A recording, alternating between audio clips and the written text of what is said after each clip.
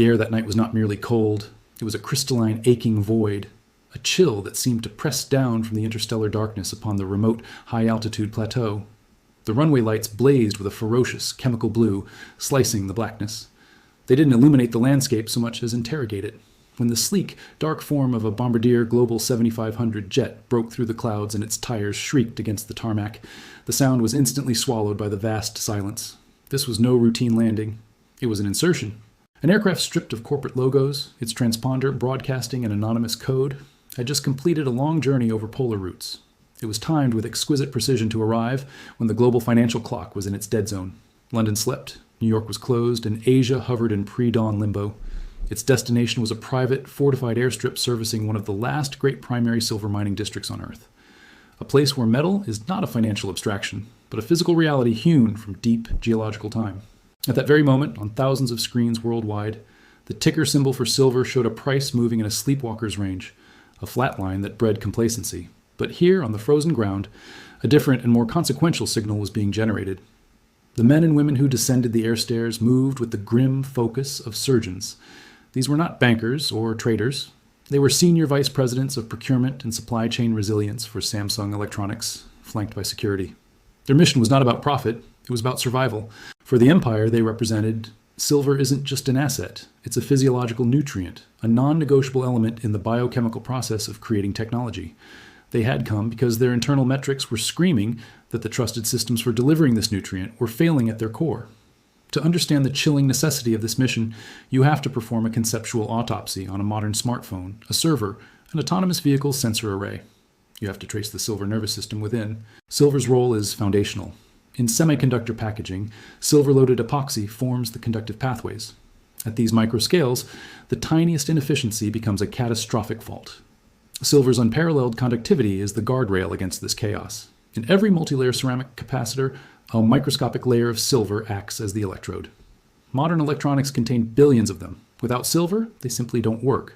The global shift to solar energy is, in material terms, a vast and irreversible commitment to silver consumption. Every solar panel is a one-way transaction, locking millions of ounces of silver onto rooftops and fields for decades. This creates a demand sink that is cumulative and irreversible.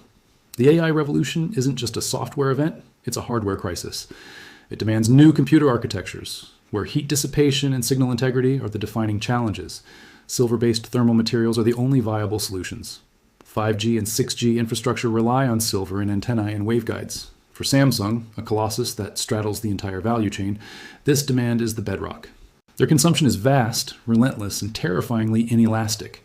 A $20 billion fabrication plant cannot substitute, cannot pause, cannot redesign its processes on a whim. It must be fed continuously with specific, high-purity forms of silver. The company's relationship with the metal is not one of ownership, but of dependency. They are the world's most sophisticated addict, and their fear is not of a high price, but of an empty needle. For half a century, this dependency was managed through the global paper silver system. Centered in London and New York, this system was a masterpiece of financial engineering. Most participants were content to trade promises about silver rather than the metal itself. Futures contracts, unallocated accounts, ETFs, these instruments created a parallel universe of silver that was frictionless and instantly tradable. The physical metal, sitting in vaults, served as a placid, seemingly infinite pool of collateral for this towering pyramid of paper claims. The system ES stability relied on one thing, that a critical mass of participants would never ask for physical delivery. But the fiction depended on the unshakable assumption that the physical metal would always be there. The first tremors of doubt were not loud cracks, but silent shifts, detectable only by those monitoring the deepest capillaries of the physical market. Over the past 24 months, a disturbing new pattern emerged in Samsung's procurement dashboards. The metal premium, the extra cost paid over the spot price to actually get your hands on a 1,000-ounce bar, began a slow, persistent climb. Delivery timelines stretched from 1 week to 3. Refiners reported being fully committed for months in advance. The leasing market, the hidden plumbing of the bullion system, began to dry up. Large holders of metal became reluctant to lend, preferring to keep their metal idle and close. This was a profound change in sentiment, from viewing silver as a financial asset to be put to work, to viewing it as a strategic asset to be preserved. To Samsung's supply chain AI, the signal shifted from monitor to act. The system's ability to guarantee physical delivery at anything resembling the posted price was degrading. The risk models now had a new, stark category: physical default. This physical tightness is the logical result of a structural rupture that has been developing for a decade. On one side, you have unstoppable demand driven by three juggernauts: the energy transition, the electrification of everything, and the AI infrastructure boom. This demand is locked in by technological choices and national strategies, is profoundly price inelastic.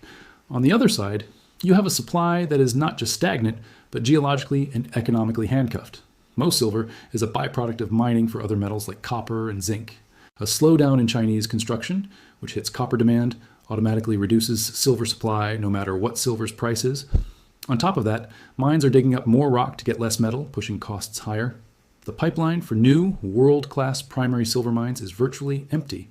The supply curve isn't a gentle slope, it's a near-vertical cliff. For years, the growing deficit between what was mined and what was used was concealed by drawing down above-ground stockpiles, the System S strategic reserve. This buffer allowed the paper market to function smoothly, but a finite buffer cannot offset an infinite deficit. The most reliable data now indicates these stocks are not just being drawn upon, they are being critically depleted.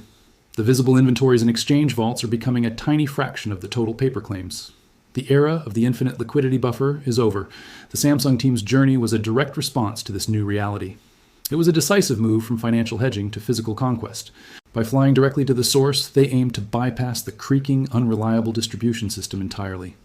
Their goal was to negotiate direct off-take contracts that would tie a specific mine X's future output directly to Samsung S factories. They weren't there to bet on silver. They were there to delete silver from the open market, to remove it from the pool of available liquidity before it could ever reach a trading desk. This is a devastating loss of faith in the market's most basic promise. They have ceased to believe the spot price is a reliable indicator of availability. Their fear is of a null result, of bids hitting an empty order book, of contracts defaulting not on price, but on the existence of the commodity itself. In this emerging paradigm, the publicly quoted price becomes a dangerous ghost in the machine. A two-tier market forms, a friendly tier for insiders with direct relationships who get metal with guaranteed delivery, and a hostile tier for the open market, where availability is sporadic and premiums are exorbitant. Samsung's move, likely being replicated by other industrial giants, initiates a self-accelerating doom loop for the paper market. We can call it the Great Physical Absorption. Every ton of silver siphoned into a private contract is a ton that disappears from the liquidity matrix supporting ETFs and futures. This absorption is stealthy, unreported, and cumulative.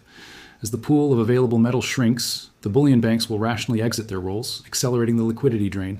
The paper market, starved of physical backing, will become increasingly volatile and disconnected from reality.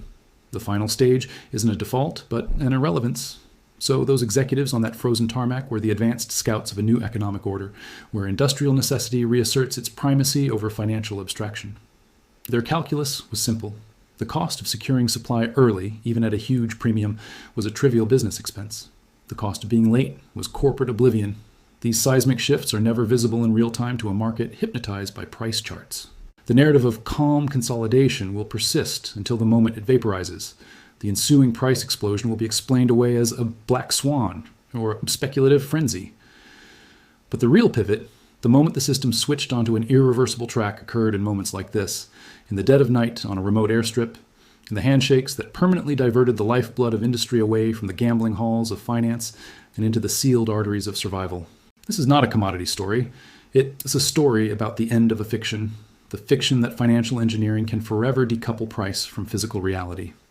The great rematerialization of value has begun, not with a bang on the exchange floor, but with the quiet whine of a jet engine fading into a vast and indifferent darkness.